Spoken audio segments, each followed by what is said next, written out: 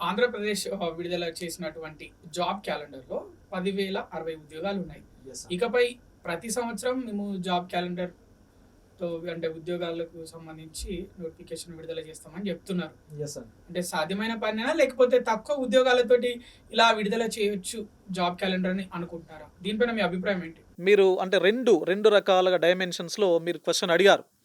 ఒకటి ఉన్నటువంటి వేకెన్సీస్ తక్కువగా ఉన్నాయి.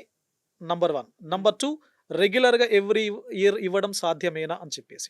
ఈ పర్టిక్యులర్ ఇయర్ లోపల ఈ ఉగాదికి అనౌన్స్ చేశారు కాబట్టి 10,060తోని మనకు వాస్తవానికి చాలా డిపార్ట్మెంట్స్ లోపల వేకెన్సీస్ నంబర్ అయితే తక్కువగా ఉంటది. ఎందుకు తక్కువగా ఉంటది అన్నప్పుడు అది ఇయర్‌కి మాత్రమే సంబంధించినటువంటి వేకెన్సీస్ కాబట్టి న్యాచురల్‌గానే తక్కువ కనబడుతుంటాయి. బట్ మనకేవైతే మేజర్‌గా మనం చూసేటువంటివి ఏముంటాయంటే 4 రకాల పరీక్షలను మేజర్‌గా కాంపిటీటివ్ యాస్పిరెంట్స్ చూస్తారు. నంబర్ 1 ఏంటి అంటే group 2, number 2 group 1, number 3 DSC, number 4 SI constables.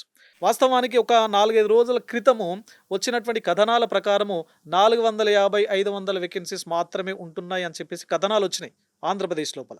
But మళ్ళీ అంటే అందులో వచ్చినటువంటి కథనాల లోపల కూడా మేజర్‌గా గ్రూప్ 2 అంటేనే మనకు డెప్యూటీ తహసీల్దార్స్, డీటీస్ అని చెప్పేసి ఉంటాయి. అదేవిధంగా ఎంసీ మ్యునిసిపల్ కమిషనర్స్ అని చెప్పేసి ఉంటాయి. ఈ 2 రకాల వేకెన్సీసు ఆ కథనాల లోపల ఎక్కడ కూడా రాలేదు. మరి అసలు డీటీలు, ఎంసీలు ఉంటాయా అని చెప్పేసి. మళ్ళీ రిప్రజెంటేషన్స్ నిరుద్యోగుల వైపు నుంచి కూడా చాలా పెద్ద మొత్తం లోపల ప్రభుత్వానికి రిప్రజెంటేషన్స్ అందాయి.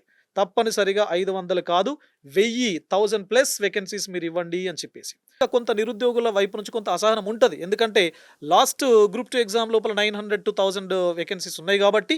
సో ఇప్పుడు 750 కాబట్టి కొంత అసహనం ఉంటుంది.